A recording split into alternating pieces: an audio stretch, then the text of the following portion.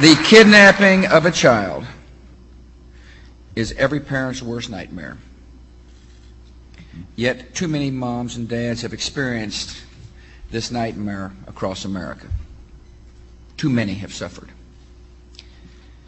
I've just met with parents, Laura and I met with parents, who have had the most precious person in their lives suddenly and brutally taken away from them. Some of these parents were eventually reunited with their children. Some are still hoping and waiting. Some know they will never see their loved ones again in this earthly life. When a child's life or liberty or innocence is taken, it is a terrible, terrible loss. And those responsible have committed a terrible crime.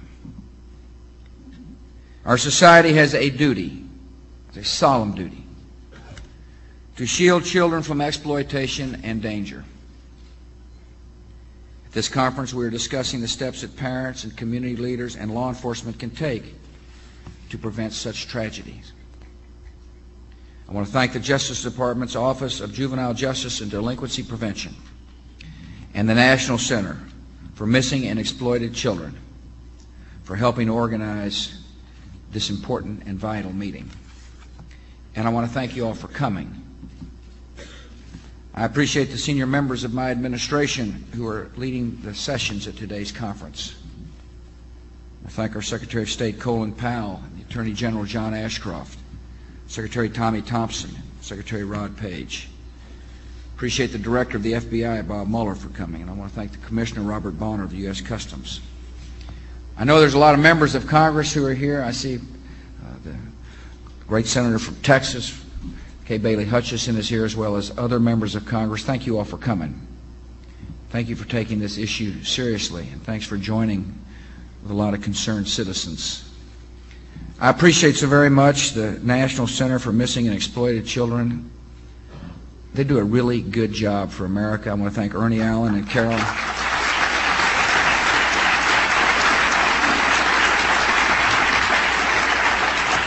I want to thank Ernie, and I want to thank Carolyn Atwell Davis, the legal consultant, for their hard work and for their care and concern.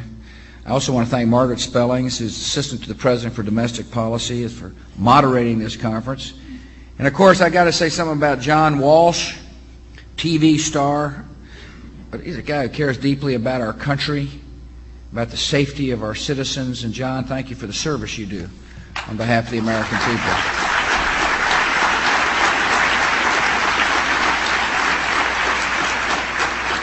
Our first duty as adults is to create an environment in which children can grow and thrive without fearing for their security.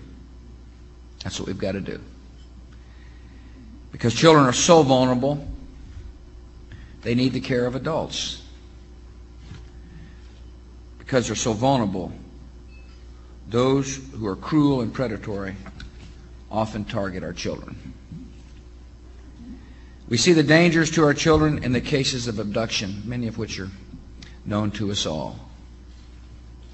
Each year, tens of thousands of children are abducted by non-family members, often in connection with a crime. And while the overwhelming majority of these children are returned from abductions, too many are not. One is too many, particularly for the mom or dad who suffers deeply. We see the dangers in the experience of runaway children, who are often victims of hunger and sickness and sexual abuse.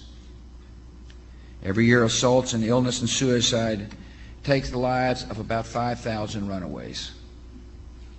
One life is too many. The threats to our children are found not just on the streets, but they're found on the technology which we use in our homes. The internet is a wonderful tool for our children to broaden their knowledge, expand their minds. But the evils of the world have crept into the internet. In 1 year alone, 1 in 5 children between the ages of 10 and 17 received a sexual solicitation over the internet. The expanding use of the internet and the heightened activity of predators searching for underage victims, more children are being lured into harmful and even tragic situations. In every region of the world, children can be vulnerable, not just here at home, but children everywhere. Each year, about 1 million girls and boys are trafficked for commercial sexual exploitation and forced labor.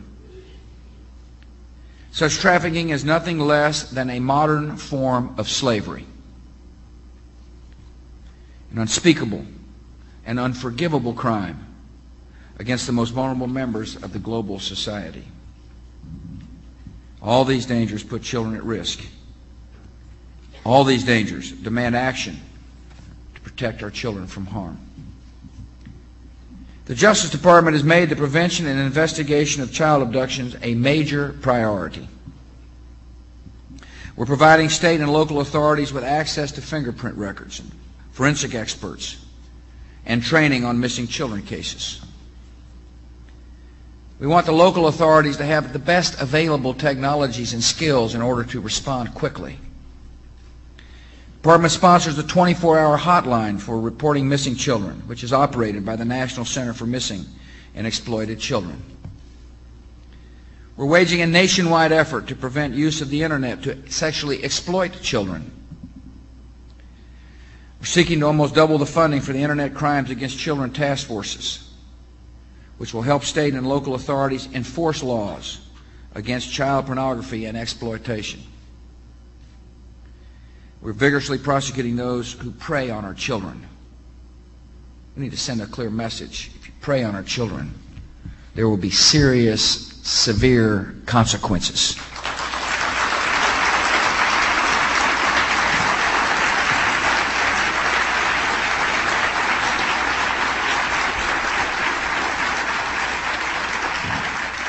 Earlier this year in Operation Candyman, the FBI dismantled a major child pornography ring.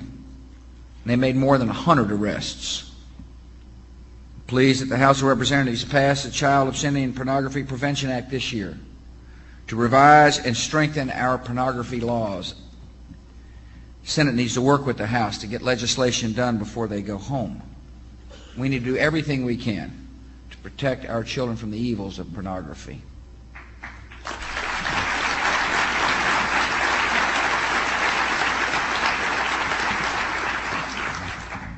We will not forget the suffering and struggles of America's runaway children. The federal government supports hundreds of emergency shelters and programs that reach out to young people living on the street, offering of food and comfort and counseling. These programs are mainly administered by community and faith-based groups. After all, it's in our faith-based community where we hear that universal call to love a neighbor just like you'd like to be loved yourself. It's in our faith-based groups that we find deep compassion to help those in need and who are troubled. And many of the runaway kids are troubled and in deep need of love. There are as many as 100,000 runaway children every year, and these children are vulnerable. They're vulnerable to exploitation. There's some great programs in America, people who are soldiers in the armies of compassion, one of which is the Covenant House. We're honored today to have Sister Mary Rose McGady here. She runs the Covenant House. And if you don't know anything about the Covenant House, and if you're interested in helping, support the Covenant House or programs like the Covenant House. Because these people help those on the street, those young, vulnerable children on the street, to realize there is love in our society and there is hope for a better way.